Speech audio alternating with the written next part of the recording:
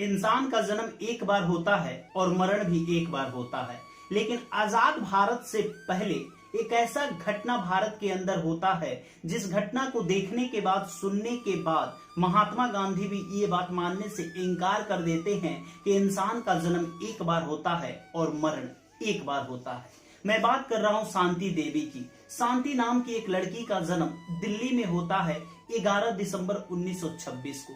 शांति बड़ी होती है। जब 4 साल की शांति हो जाती है तो कुछ अनाप शनाप बातें करने लगती है कि मैं यहाँ की नहीं हूँ, मेरा घर मथुरा है और मुझे मथुरा भेज दो। उनके माँ बाप को लगता है कि शांति मानसिक रूप से बीमार है।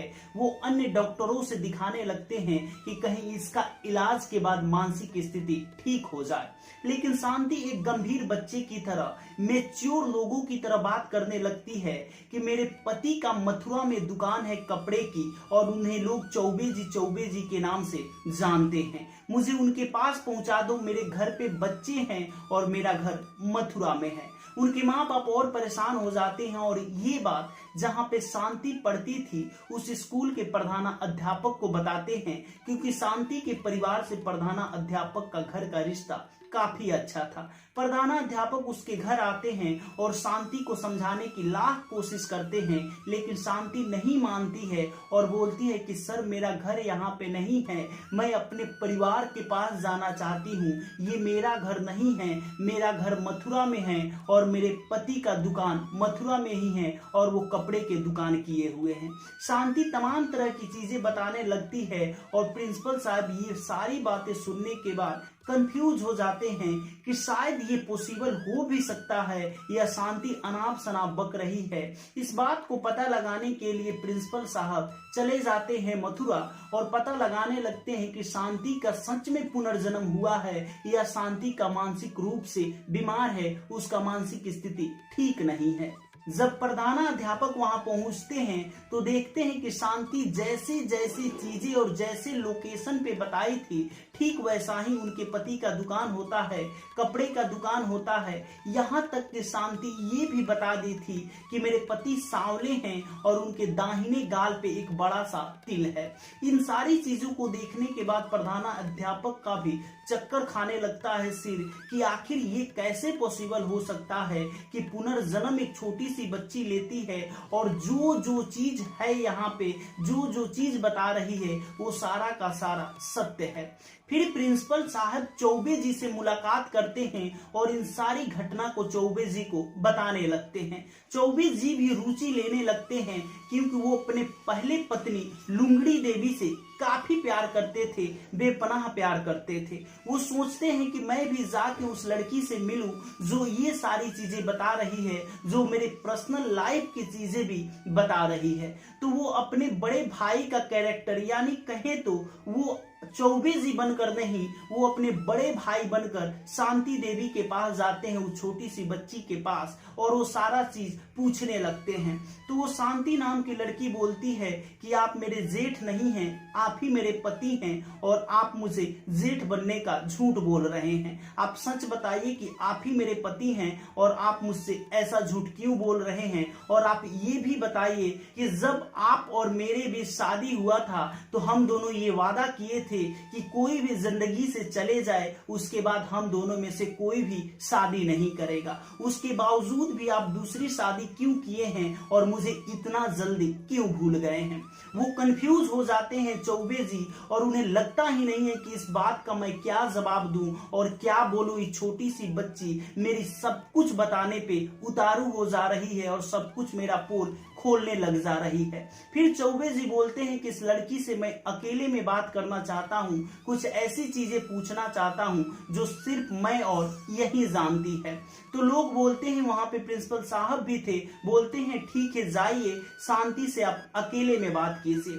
शांति वहां पहुंचती है और वहां पे सिर्फ और सिर्फ उसके पहले पति यानी जिन्हें वो मानती थी वो थे और शांति थी। पहले पति बोलते हैं कि वो तुम तो काफी बुजुर्ग हो चुकी थी, तुम्हारे हाथ का जो स्किन था वो भी सिकुड़ चुका था, तो फिर तुम बताओ प्रेग्नेंट कैसी हुई और कैसे बच्चे को जन्म दिया और जन्म देने के बाद कितने दिन बाद तुम छोड़कर इस दुनिया को चली गई। शांति देवी सब कुछ बताने लगती है कि एक वैद्य यानी एक डॉक्टर के यहाँ से दवा चलता है, उसके बाद मैं प्रेग्नेंट होती हूँ और प्रेग्नेंट होती हूँ, फिर एक बच्चे को जन्म देती हूँ और बच्चे को जन्म देने के बाद 10 दिन मेरा मृत्यु हो जाता है और मैं इस दुनिया को छोड़कर चली जाती हूँ। फिर मेरा जन्म दिल्ली में होता है और मैं बड़ी होती हूँ तो मुझे पता चलता है कि मेरा घर ये नहीं है, मेरा घर मथुरा है और आप मेरे पति हैं। चौबे जी चकरा जाते हैं और बोलते हैं कि इस लड़की को लेकर मुझे मथुरा जाना है और फिर दिखाना है कि आखिर क्या ये सच में मेरे घर पहचान पाती है या नहीं पहचान पाती है, या इत्तेफाक से हो सकता है कि इसे कहीं ना कहीं से किसी ना किसी तरह से मेरे बारे में नॉलेज हो। ये बात उस समय इंडिया गवर्नमेंट था, यानी कहें तो आजाद भारत नहीं था, गुलाम भारत था उस समय। फिर ये बात ब्रिटिश गवर्नमेंट को पता चलता है, महात्मा गांधी को पता चलता है। फिर ब्रिटिश गवर्नमेंट और महात्मा गांधी 15 लोगों का टीम गठित करते हैं जिसमें मीडिया से लेकर तमाम तरह के लोग होते हैं। इस केस की जांच करने लगते हैं कि सच में धरती पे पुनः जन्म पॉसिबल है या नहीं है, या ये लड़की मानसिक रूप से बीमार है। 15 लोगों की टीम उस लड़की को लेके मथुरा पहुंच जाते हैं और सारी चीज का तहकीकात करने लगते हैं। वो लड़की बोलती है कि मैं अपने घर अकेले चली जाऊंगी, आप लोगों को रास्ता बताने की जरूरत नहीं है। 15 लोगों की टीम उस लड़की के पीछे पीछे होते हैं और वो 15 लोगों के आगे आगे लड़की अपने घर तक, यानी कहें तो चौबे जी के घर तक चली जाती है, उनके घर में प्रवेश कर जाती है। और फिर चौबे जी ऐसे ऐसे सवाल करते हैं उस लड़की से, उसके बावजूद भी वो लड़की सारी सवाल का जवाब देने लगती है। वो लड़की बोलती है शांति कि मेरा पहला नाम लुंगड़ी देवी था और मैं एक तहखाने में पैसे छुपा के रखी थी, शायद ये पैसा किसी को पता नहीं था और मैं ही जानती थी कि ये पैसा यहाँ पे छुपा के रखी हूँ। फिर 15 लोगों की टीम उस पैसे की खोज करने लगती है, तो जाती है तो वहां पे गुलदस्ता होता है और पैसा नहीं होता है। फिर शांति बोलती है ये हो ही नहीं सकता है कि यहाँ पे पैसा ना हो। फिर चौबे जी को बुलाया जाता है, चौबे जी आते हैं और चौबे जी बोलते हैं कि इसकी मृत्यु के बाद जितना भी पैसा था वो सारा पैसा मैंने खर्च कर दिया। ये सारे वारदात हो रहा था, तभी एंट्री मारते हैं उनके जेठ और जाती है शांति देवी, अपने जेठ को नमस्ते करती है, बिना बताए उन्हें पहचान भी लेती है। सभी लोग आश्चर्यचकित हो जाते हैं, आखिर ये हो क्या रहा है। एक तस्वीर लगा होता है उन्हीं के कमरे में, यानी कहें तो शांति देवी यानी लुंगड़ी देवी के ससुर का, चौबे जी के पिताजी का। उनके सामने भी वो हाथ जोड़कर खड़े हो जाती है और नमस्ते करने लगती है। फिर वो 15 लोगों की टीम पूछते हैं कि ये कौन है, तो शांति देवी बताती है कि ये मेरे ससुर जी हैं, मेरे हस्बैंड के पिता हैं। इन सारी चीजों को देखने के बाद महात्मा गांधी भी ये बात मान लेते हैं कि धरती पे पुनः जन्म पॉसिबल है। जितने भी ब्रिटिश गवर्नमेंट में जो इस चीज की खोज कर रहे थे, रिसर्च कर रहे थे, कुछ लोग थे जो इसे निगेटिव बात फैला रहे थे और बोल रहे थे कि पुनः जन्म पॉसिबल नहीं है। जब इस केस का अध्ययन किए, इस केस को देखे, बारीकियों से समझे, फिर वो भी ये बात बोलने लगे कि पुनः जन्म पॉसिबल है। आप बताइए क्या इस जमाने में पुनः जन्म पॉसिबल है? और शांति देवी, लुंगड़ी देवी और चौबे जी की कहानी यानी उनकी रियल कहानी आपको कैसी लगी, और आप इसके बारे में कुछ कहना चाहते हैं तो अपनी राय कमेंट बॉक्स में जरूर दीजिएगा। जय हिंद, जय भारत।